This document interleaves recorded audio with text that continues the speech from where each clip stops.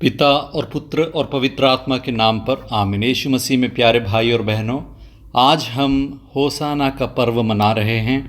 यूहन्ना के सुसमाचार के 12वें अध्याय के 12 से लेकर 19 तक के ईश वचन पर आज हम मनन चिंतन करते हुए इस पर्व का महत्व समझेंगे। बहुत से यहूदी, खासकर महापुरोहित और फरीसी यीशु मसीह से घृणा करते थे। वे उन्हें मारना चाहते थे। उसके कुछ प्रधान कारण ये थे कि यूहन्ना के सुसमाचार 5वें अध्याय के 18वें वाक्य में ईसा मसीह ने ईश्वर को आबा कहकर पुकारते हुए अपने आप को ईश्वर के बराबर कर दिया, और तब से यहूदी उन्हें मारने की फिराक में थे, ऐसा हम पढ़ते हैं। दूसरा कारण था कि अक्सर वह साबत के दिन रोगियों को चंगाई देते थे, तो साबत का लंघन, इसे वह बड़ा पाप मानते थे। तीसरी बात, सिर्फ और सिर्फ ईश्वर अर्थात यहोवा को ही पापों से मुक्ति देने का अधिकार है, लेकिन कुछ जगहों पर ईसा मसीह ने रोगियों को चंगा करते हुए तुम्हारे पाप क्षमा हो चुके हैं ऐसा किया, और इसे वह ईश निंदा मानते हुए ईसा मसीह को मारने की फिराक में थे। और अंत में दो प्रधान कारण जिनकी वजह से उन्होंने ईसा मसीह को क्रूस पर चढ़ाया, वो दो कारण थे। पहली बात, यरूशलेम के मंदिर को उन्होंने शुद्ध किया, क्रय विक्रय करने वालों को वहाँ से उन्होंने दौड़ाया। और दूसरी बात, एक राजा की तरह वे यरूशलेम नगर में प्रवेश करते हैं, जिसे हम आज याद करते हुए उस घटना का अर्थ समझने की कोशिश कर रहे हैं। तो ईसा मसीह की ये दो अंतिम के जो कार्य थे, इसकी वजह से ईसा मसीह को मारने का उन्होंने दृढ़ निश्चय लिया और ईसा मसीह को उन्होंने गिरफ्तार करवाया। चारों सुसमाचारों में इन दो घटनाओं को हम देख सकते हैं। तो हम ध्यान दें कि यरूशलेम नगरी में गदहे या गदहे के बछड़े के ऊपर सवार होते हुए ईसा मसीह क्यों आए, इसका अर्थ क्या है। पुराने नियम में हम ये देखते हैं कि नबी न केवल अपने शब्दों के द्वारा बल्कि अपने एक्शन से कुछ बातें जताना चाहते थे। उदाहरण के लिए राजाओं के पहले ग्रंथ के 11वें अध्याय के 30वें और 31वें वाक्य में हम ये देखते हैं कि अहिया नबी ने अपनी एक नई चादर को सामने लाकर उसके 12 टुकड़े किए और यरोबआम से कहा 10 टुकड़े ले लो, क्योंकि इस्राएल का प्रभु ईश्वर यह कहता है, मैं सोलोमन के राज्य के 10 वंश उसके हाथ से छीनकर तुम्हें देता हूँ। 12 वंश से 10 वंश को छीनकर यरोबआम को देने को प्रतीकात्मक रूप से जताते हुए अहिया नबी ने अपनी चादर के 12 टुकड़े करते हुए 10 टुकड़े यरोबआम के हाथ हवाले किए। तो इसके द्वारा एक बड़ा सत्य, जो होने वाली घटना है, उसके लिए दूसरों को सावधान कर रहे हैं। इसीलिए ईसा मसीह क्यों गदहे पर सवार होकर आए और क्यों जैतून की डालियों से लोगों ने उनका स्वागत किया, वो इससे क्या जताना चाहते हैं, इस बात को हम समझने की कोशिश करें। क्या है इस प्रतीक का अर्थ? सबसे पहली बात तो किस समय उन्होंने ऐसा किया, इस बात पर हमें गौर करना है। यह पास्का पर्व का समय था। यूहन्ना के सुसमाचार के अनुसार, जो कि इतिहास से बहुत ही करीब है, ईसा मसीह 6 दिन पहले ही, पास्का पर्व के 6 दिन पहले बेथानिया ग्राम में आए। पास्का का पर्व इस्राएल की मुक्ति को याद करने का समय है और ईश्वर को धन्यवाद देने का समय है।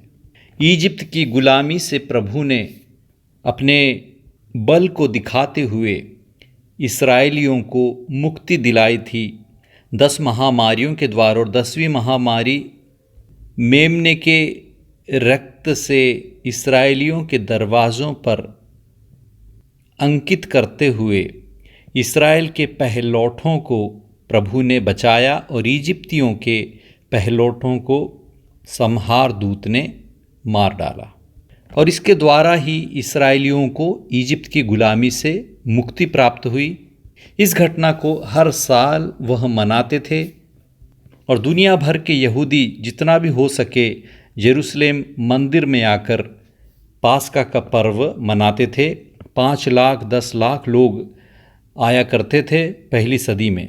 तो हम अंदाज़ा लगा सकते हैं कि पूरे दुनिया भर के यहूदी जहाँ कहीं भी हो वो सब यरूशलेम में आ रहे हैं और ईसा मसीह सबको दिखाना चाहते हैं कि वे वास्तव में कौन हैं, क्या हैं। जब पास्का पर्व वह हर साल मनाते थे तो हमेशा उनकी याद ताज़ा हो जाती थी और उनकी उम्मीद फिर खिल उठती थी कि मसीहा आएगा, दाऊद का पुत्र आएगा, हमें मुक्ति दिलाएगा और इस्राएल का एक शक्तिशाली राज्य स्थापित करेगा, रोमियों को और हर देशों को पराजित करते हुए पूरी दुनिया भर में इस्राएल राज्य करेगा। प्रभु का प्रतिनिधि बनकर इस्राएल का राजा एक महासाम्राज्य स्थापित करेगा।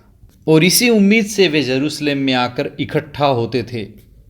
3-3.5 साल तक ईसा मसीह ने लोगों से यही कहा था कि किसी से ये नहीं बताना कि मैं ही मसीहा हूँ, लेकिन आज ईसा मसीह खुद बताना चाहते हैं कि मैं ही मसीहा हूँ। अब समय आ गया है तुम्हें समझने का।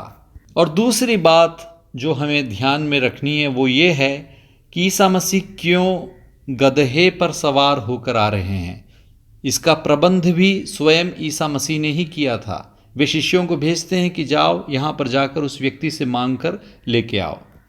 जकरिया नबी की पुस्तक के 9वें अध्याय के 8वें और 9वें वाक्य में हम ये देखते हैं, सियोन की पुत्री आनंद मना, यरूशलेम की पुत्री जयकार कर, देख तेरे राजा तेरे पास आ रहे हैं। वह न्यायी और विजयी हैं, वह विनम्र हैं, वह गदहे पर, बछड़े पर, गदही के बच्चे पर सवार हैं। गदहे पर सवार होकर ईसा मसीह लोगों की जयकार के बीच में जब यरूशलेम नगर में प्रवेश करते हैं तो इससे हर एक यहूदी को समझ जाना चाहिए कि जकरिया 9:9 यहाँ पर पूर्ण हो रहा है और ईसा मसीह ही वे राजा हैं, विनम्र राजा हैं, विजयी राजा हैं, न्यायी राजा हैं जो गदहे पर सवार होकर आ रहे हैं। इस बात को वे लोगों को समझाना चाहते थे। और क्यों गदहे पर? क्योंकि जो राजा युद्ध के लिए जाता है वह घोड़े पर सवार होकर जाता है, लेकिन जब राजा गदहे पर सवार होकर आता था तो इसका मतलब ये था कि वह अब युद्ध के लिए नहीं आ रहे हैं, शांति का पैगाम लेकर आ रहे हैं। इसलिए उन्हें विजयी राजा या विनम्र राजा कहा गया है। ईसा मसीह युद्ध के लिए नहीं आए हैं, खून के लिए नहीं आए हैं, वे आए हैं हर जगह शांति की स्थापना करने वाले राजा बनकर। और लोगों ने क्यों इस राजा का स्वागत करने के लिए रास्ते पर अपने वस्त्रों को बिछाया और क्यों उनका जयकार किया, इसे समझने के लिए राजाओं के दूसरे ग्रंथ के 9वें अध्याय के 13वें वाक्य को हम पढ़ेंगे। तब हमें समझ आता है कि येहू राजा को स्वागत देने के लिए जब आहाब की मृत्यु हुई तो नए राजा येहू हैं और उनके स्वागत में लोगों ने रास्ते पर अपने अपने वस्त्र उसके पांवों के नीचे सीढ़ियों पर बिछा दिए और सिंगा बजाकर वे चिल्लाने लगे, येहू राजा है, येहू राजा है। तो ये है ईसा मसीह के स्वागत में लोगों के रास्ते पर वस्त्र बिछाने का अर्थ। अब क्यों खजूर की डालियां लेकर राजा का स्वागत किया जा रहा है, इसे समझने के लिए हमें मकाबियों के पहले ग्रंथ के 13वें अध्याय के 51वें वाक्य को पढ़ना है। वहाँ पर हम ये देखते हैं कि सिमेयोन राजा का स्वागत करने के लिए लोगों ने हाथ में खजूर की डालियाँ लिया और सितार, मंजीरा और वीणा बजाते हुए, स्तोत्र और भजन गाते हुए सिमेयोन का स्वागत किया। तो हम समझ सकते हैं कि पुराना नियम पूरी तरह से ईसा मसीह के लिए केंद्रित है। ईसा मसीह पर पूरा ध्यान दिया जा रहा है। ईसा मसीह के आने की तैयारी हम पुराने नियम में देखते हैं और ईसा मसीह में सब कुछ पूर्ण होता है। होसाना शब्द का, वाक्य का अर्थ क्या है? यह एक तरह का जय जयकार है और इसका अर्थ है होसिया ना, अर्थात प्रभु मसीहा राजा को भेजकर हमारी रक्षा करें, हमारी रक्षा करें। तो इसीलिए हर पास्का पर्व में यहूदी जब भी होसाना कहते थे तो वह मसीहा का इंतज़ार करते थे कि मसीहा राजा आकर उन्हें अपने शत्रुओं से मुक्ति दिलाकर इस्राएल का एक राज्य, साम्राज्य स्थापित करेंगे। स्तोत्र ग्रंथ 118 के 25वें वाक्य में हम देखते हैं होसाना का अर्थ प्रभु हमारा उद्धार कर। तो होसाना का अर्थ प्रभु हमारा उद्धार कर ये है। और कौन है जो प्रभु के नाम पर आता है? प्रभु अर्थात यहोवा के नाम पर आने वाला मसीहा है, दाऊद का पुत्र है, अर्थात वह यीशु मसीह हैं जो प्रभु के नाम पर आए हैं और आने वाले हैं। और ईसा मसीह अपनी सवारी कहाँ से आरंभ करते हैं? वे बेतफगे और बेथानिया गांवों के निकट जैतून नामक पहाड़ के ऊपर से गधे पर सवार होकर जेरूसलेम की ओर प्रवेश करते हैं, क्योंकि जेरूसलेम सियोन पर्वत के ऊपर है और जैतून के पहाड़ से सियोन पर्वत बिल्कुल ही बराबरी पर है। तो इसका अर्थ है वे लाखों लोगों को दिखाना चाहते थे कि वे वास्तव में मसीहा हैं, वास्तव में इस्राएल के मुक्तिदाता हैं, वे एक राजा हैं। अब वे किसी को चुप नहीं करना चाहते। जब लोग उन्हें मसीहा बुलाते हैं तो वो इस बात को स्वीकार करते हैं। वे चाहते थे कि पूरी दुनिया से आए हुए यहूदी उन्हें मसीहा मानकर उन पर विश्वास करें। वे उन्हें सबसे आखिरी का एक मौका देना चाहते थे ताकि वे उन पर विश्वास कर सकें। इसलिए उसके ठीक पहले उन्होंने सबसे बड़ा चमत्कार किया, लाजर को पुनर्जीवित करते हुए, ताकि लोगों का विश्वास उन पर बढ़े।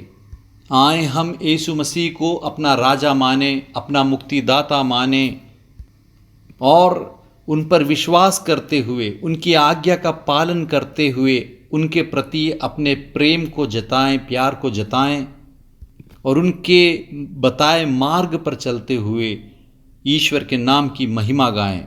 हम भी आज होसाना गाते हुए चिल्लाएं, होसाना प्रभु हमारा उद्धार कर। आमीन।